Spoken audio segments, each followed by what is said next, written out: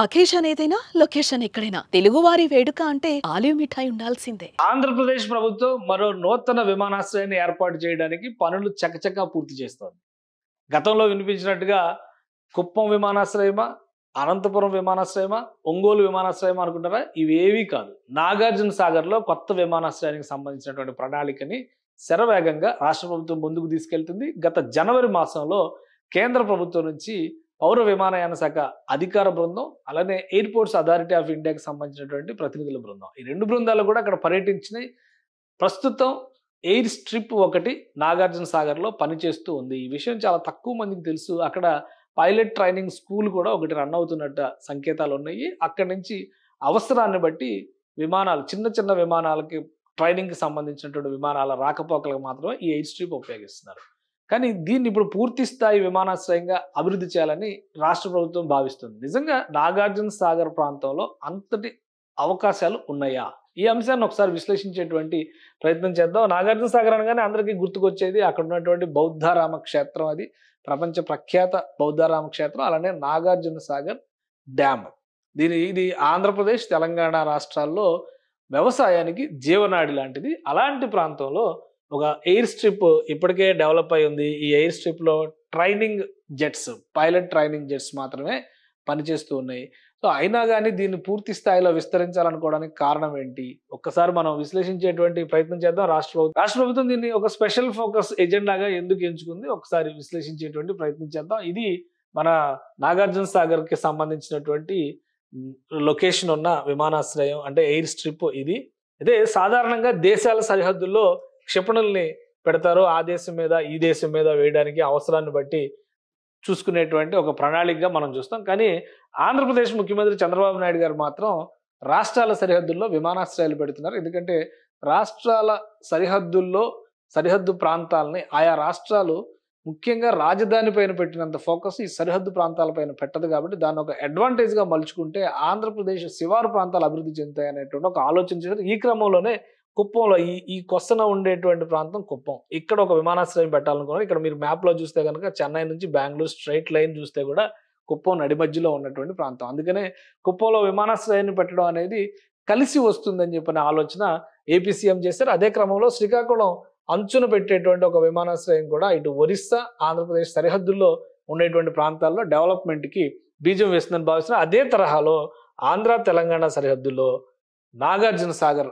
Air స్ట్రిప్‌ని పూర్తి స్థాయి విమానాశ్రయంగా అభివృద్ధి చేస్తే గనక 2 రాష్ట్రాల నుంచి కూడా ఎయిర్ ట్రాఫిక్ దానికి అడ్వాంటేజ్ అవుతుందని చెప్పని చంద్రబాబు నాయుడు గారు భావిస్తున్నారు. ఆ క్రమంలోనే దీన్ని ఫోకస్ చేశారు.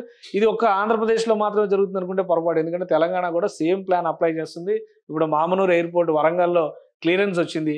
కొత్తగూడెంలో కొత్త ఎయిర్‌పోర్ట్ కట్టాలనేటువంటి ఆలోచన చేస్తుంది. ఇది గమనించి చూస్తే గనక ఈ ప్రాంతంలో ఇటు ఆంధ్ర, తెలంగాణ, ఛత్తీస్‌గఢ్ 3 రాష్ట్రాల సరిహద్దుగా కొత్తగూడెం ఎయిర్‌పోర్ట్ అవుతుంది. అందుకనే మామనూరు ఎయిర్‌పోర్ట్ కంటే కూడా కొత్తగూడెం ఎయిర్‌పోర్ట్ ఎగ్జిస్టెన్స్‌లోకి వస్తే గనక వైబిలిటీ ఎక్కువ ఉంటుందనేటువంటి రిపోర్ట్స్ కూడా వచ్చినట్టుగా సమాచారం. సో, ఆంధ్రప్రదేశ్ ముఖ్యమంత్రి తీసుకున్నటువంటి ఈ ప్రణాళిక మొత్తానికి ఆకర్షణీయంగా ఉన్నటువంటి ప్రణాళిక. ఇక్కడ ఎయిర్ స్ట్రిప్ స్థితిగతులు ఏంటి? అసలు ఏ విధంగా ఇక్కడ ప్లాన్ చేస్తున్నారు?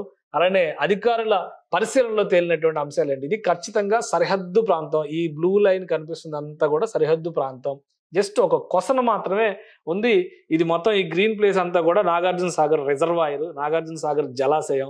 సో, ఇది ప్రస్తుతం పల్నాడు జిల్లాలో మాచర్ల ప్రాంతంలోకి వచ్చేటువంటి ప్రదేశం. ఇక్కడ ఎయిర్ స్ట్రిప్ ఆపరేషనల్‌గా ఉంది.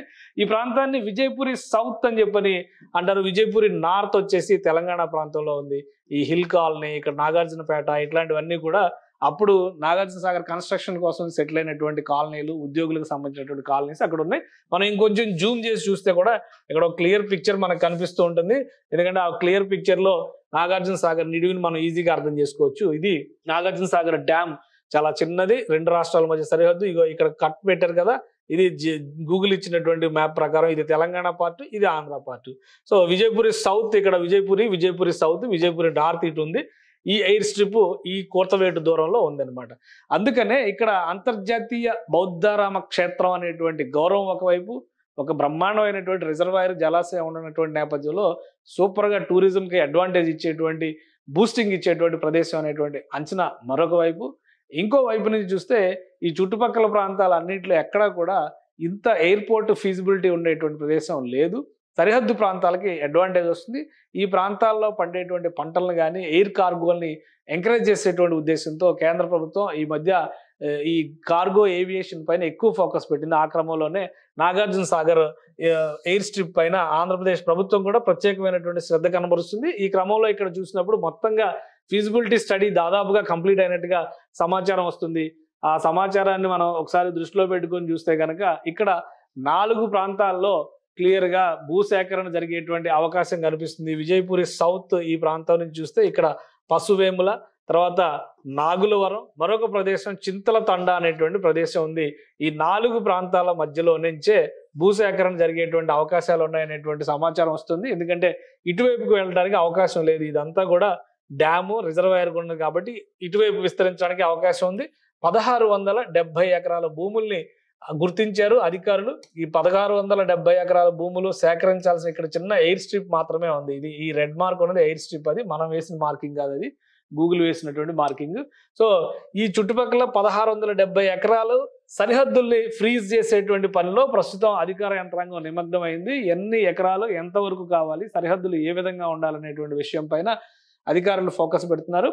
ఆ క్రమంలో ఫైనల్ రిపోర్ట్స్, ఫైనల్ డెసిషన్స్ వచ్చిన తర్వాత భూసేకరణకి రాష్ట్ర ప్రభుత్వం సన్నద్ధమయ్యేటువంటి అవకాశాలు పుష్కలంగా ఉన్నాయి. మొత్తం 4 గ్రామాలు కనిపిస్తున్నాయి. ఇక్కడ చూస్తే విజయపురి సౌత్ ఒక గ్రామం అయితే పశువేముల 2వ గ్రామం, ఇది పశువేముల. ఇక్కడ చింతల తండ అనే మరొక గ్రామం ఉంది. ఆ చింతల తండ అనేటువంటి గ్రామం కూడా భూసేకరణ పరిధిలోకి వెళ్ళేటువంటి అవకాశం ఉంది.